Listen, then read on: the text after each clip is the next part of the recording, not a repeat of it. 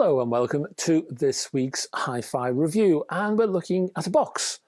We're looking at a networking kind of box from Bluesound. This one is called the Hub, and it's a sort of networking accessory that will allow you to connect all kinds of sources to the hub, and then the signals from that hub are sent flinging across your house to another Bluesound device, for example, a Bluesound node. And then from there into some sort of hi-fi device, speakers, and that's it, into your ear. But before we get to prices, let me actually physically show you here and now what this hub looks like. And I will bring in a node, because I happen to have one lying around, and you can see how these things compare in terms of their physical size.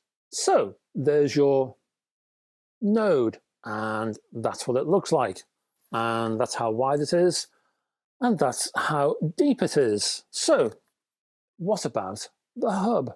Well, the hub looks rather chunkier, I would say, and well, we should put them both together, shouldn't we? And then there's the top, by the way, and then we can compare and contrast. So yeah, as you can see, the hub is rather narrow compared to the node, but it's also taller than the node. And in terms of depth, well, let me hold these together so I don't drop them. Pretty similar-ish, give or take. So that's the physical look of the thing. What about prices? Well, incredibly enough, I have 4 different prices for you this time around. In the UK, the Bluesound hub is priced at £309. In the US, you're looking at $319. And that equates to 349 euros in Europe. And the guest currency for this particular video is Canadian dollars, because obviously Bluesound is Canadian, and you're looking at 419 Canadian dollars. And that's it really. That's what it is, and that's what it does. It's quite a simple little box in many ways that looks a bit like an Apple TV that's been hitting the growth hormones. To clarify, you can hook a source that's never seen nor even knows how to spell Bluesound to this chunky box. Then you can fling that source signal to a Bluesound device of your own choosing in another part of the house.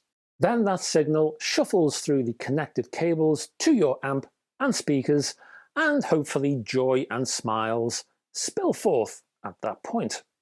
Oh, and the hub can be mounted on a wall if you fancy, so that joy can be vertical if you wish. So what kind of sources are we talking about here? Well, in broad terms, anything that doesn't hook up to the node really, while the node focuses on, well, it focuses on streaming. The hub, on the other hand, can handle physical sources, but then these signals from those physical sources can be sent around the house. And apart from its small footprint and connectivity, that's the selling point of this box, its flexibility. So in specific terms, the kind of sources we're talking about include things like digital audio players, CD transports, and even turntables. So if you have a turntable in your living room, you could send that signal from your turntable's output to a connected speaker in a spare bedroom in a different part of the house, obviously. The hub helps you set up a Bluesound ecosystem, if you like, where all of your hi-fi tech is connected, can be controlled and heard anywhere in the home. So let's take a quick tour first, shall we? Before we go any further. And you know what? I think we need to take a closer look.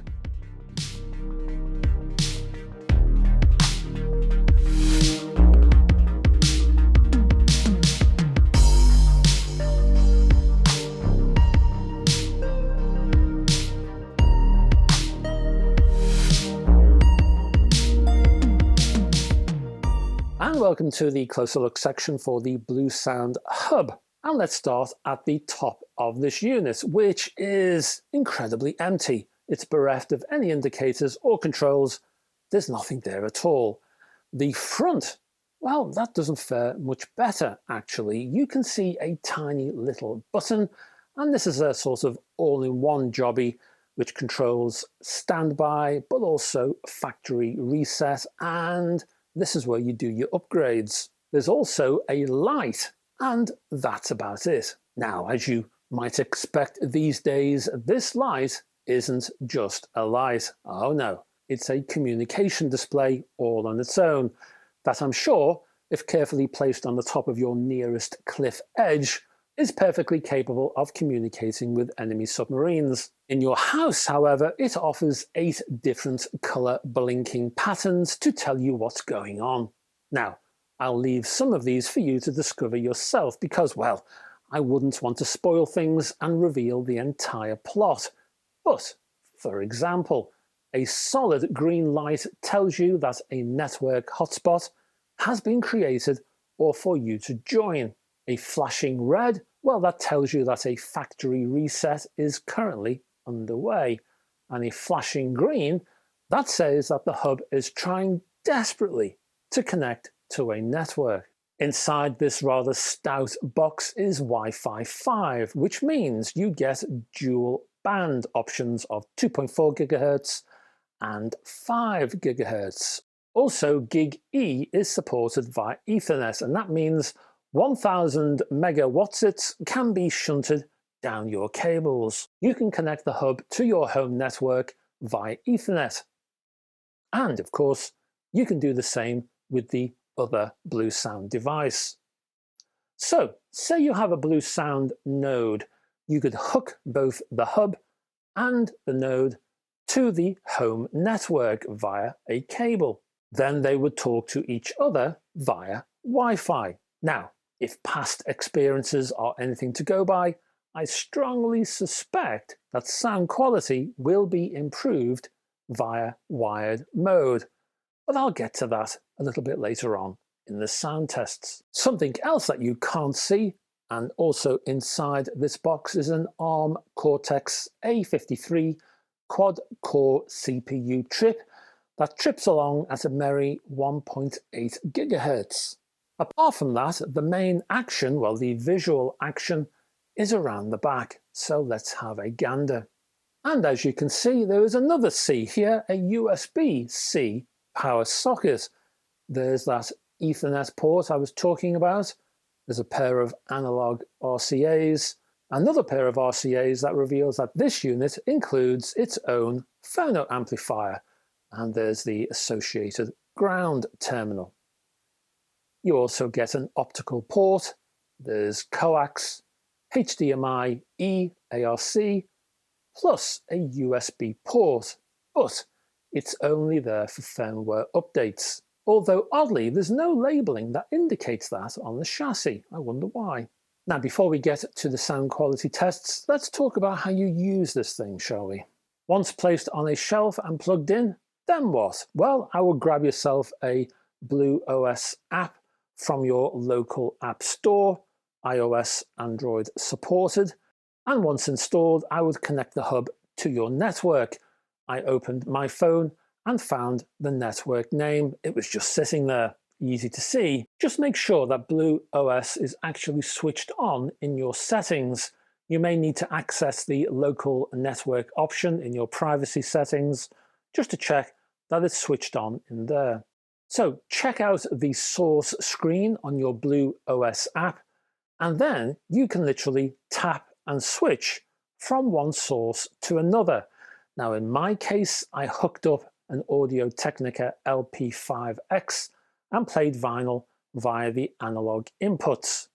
I also connected a CD transport, an Audiolab 6000 CDT, and played a CD disc, and I played an old BBC Radio 1 show in MP3 format via an Astle & Kern CAN Alpha via the optical port. Now, the turntable I was using, the LP5X, includes its own phono amplifier. Now, because the LP5X has its own phono amplifier built into the turntable itself, well, I can push that signal through the hub's RCA ports, or if I turn off the turntable's built-in phono amplifier, I can use the hubs instead. So I can connect the turntable to the hub's Phono Amp as an alternative. It's your choice. So with everything playing at once, you can tap on each source to channel hop from one sound source to another. Via the BlueOS app, I could even move away from the hub, go straight to the node while still in the app, and I could start streaming from Amazon Music, Qobuz, Tidal, Bluetooth even, and so on. Then, using that same BlueOS app, I could move back from the node to the hub, and I could hear those connected sources once more. If you like gadgets, the hub is a real humdinger, or should that be hubdinger? I'm not sure. Anyway, what does this thing sound like? Well, let's go to the sound quality tests and we will find out.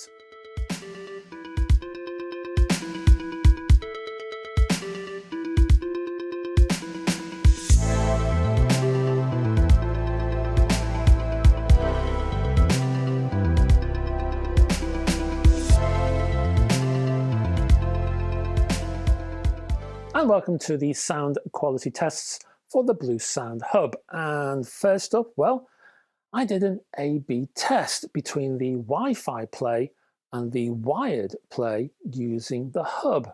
In this case, I connected a 6000 CDT CD transport via coax. Then I flicked between Wi-Fi mode and wired modes while playing some obscure prog from a band called Byzantium. This is via a little CD box set from a UK label called Grapefruit, and in case you're interested, it's called Halfway Dreaming. It's a bit of an anthology. Anyway, well, the more I listened, the more Wi-Fi only mode sounded strained and kind of weak around vocal crescendos and guitar solos, especially when real energy and effort was being applied. Wi-Fi mode struggled to maintain a signal without sounding a little bright and rather clinical. This edgy presentation provided uncomfortable listening over time. So I stayed wired for the rest of this test, and wired was sonically superior. As for that CD play in and of itself, well, in wired mode, I was very happy with it.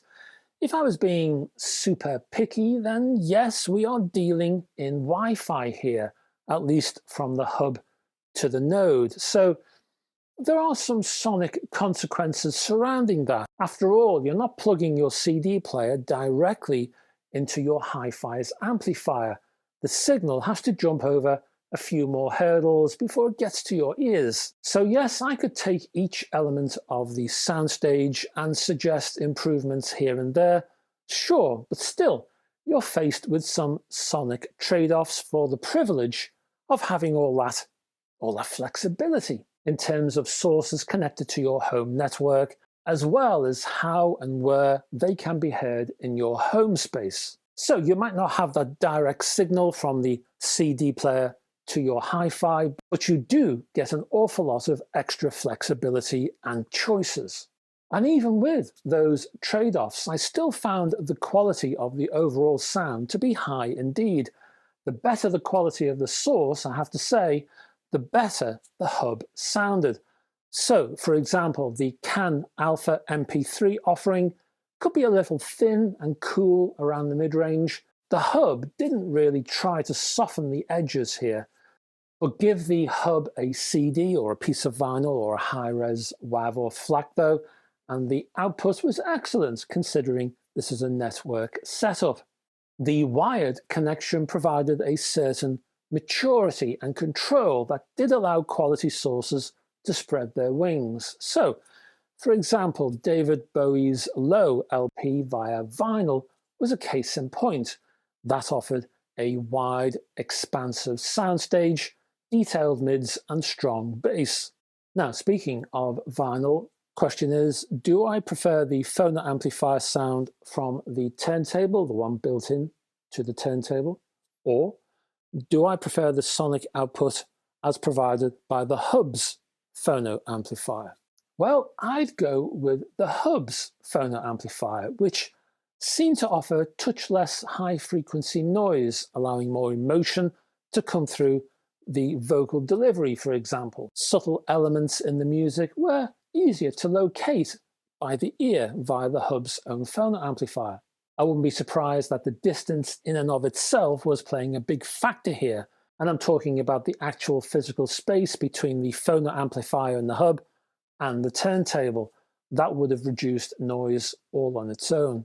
So that's the Bluesound hub. So how do I conclude this review in that case? Well, let me give you a few final thoughts, then we'll do some pros and cons, and then I'll give you a rating.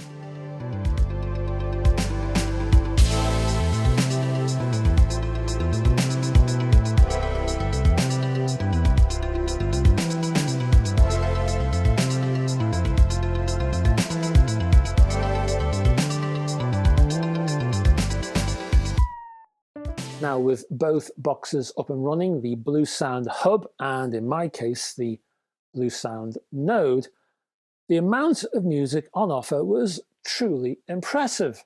Although I would argue that the actual center of any Bluesound ecosystem isn't so much this hub, but basically both of these boxes combined. At least in my case, a sort of multi-part affair, you might say. What the hub does give you is a bit of a tidy up in source terms.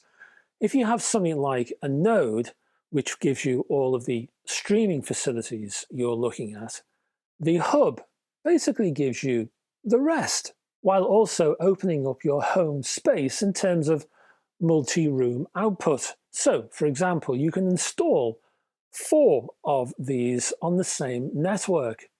Couple that sense of source flexibility with the networking options and sound from the wired mode especially, and you have a brilliant little digital delivery service from Bluesound. So let's talk pros and cons. And in the good section, we have the small footprint. Yes, it's slightly taller than the Bluesound Node, for example, but it doesn't take up as much shelf space. So great if you're short of space. Flexibility, well, yeah, it can do an awful lot, and especially when connected with the Bluesound Node, you have got that sort of network ecosystem I mentioned earlier. Source options, well, it allows you to bring physical sources into that ecosystem and allows you, for example, to play your turntable in one room and listen to the turntable output in a completely different room in a different part of the house. App sharing, well, through the Blue OS app, you can press a button and listen to all of the hub sources, and then press another button and you can zip over to the Node, for example, and listen to streaming. Sound quality, well, I really liked the wired sound, and let's zip quickly to the bad section because I wasn't that fussed about Wi-Fi sound, but hey, that's just me and Wi-Fi quality sound anyway. So it's not really a hub thing, it's more of a Wi-Fi sound thing, I would suppose. And so it takes nothing away from this product per se, which means I will be giving the Bluesound hub an award-winning rating. It gets a groovy 8 out of 10. Congratulations to Bluesound. And that's me done, folks. Thank you very much for staying to the end of this video. And if I can ask you downstairs, if you can click on the, what is it again? Subscribe, that's the one, isn't it? Subscribe and like, if you can, if you haven't already done so. If you can give those a bit of a touch-up down below, then, as it were, what have I just said? A touch-up down below. They'll have me banned. And further into the description, if you'd like to click on any of the links to my website, my Facebook group and Patreon, there's lots of exclusive stuff over there, Patreon preview videos, my hi-fi tour, there's some buyer's guides, all kinds of stuff. Check it out. If you can support me via Patreon, that would be great because it keeps this channel open. It actually physically funds this channel. Now, I will be back on Friday with another episode of Hi-Fi News, etc. Hopefully you saw last week's episode. That was the first video of its kind. So continuing that on Friday. Hopefully you can join me. Love to have your company for that. And until then, folks, bye bye for now.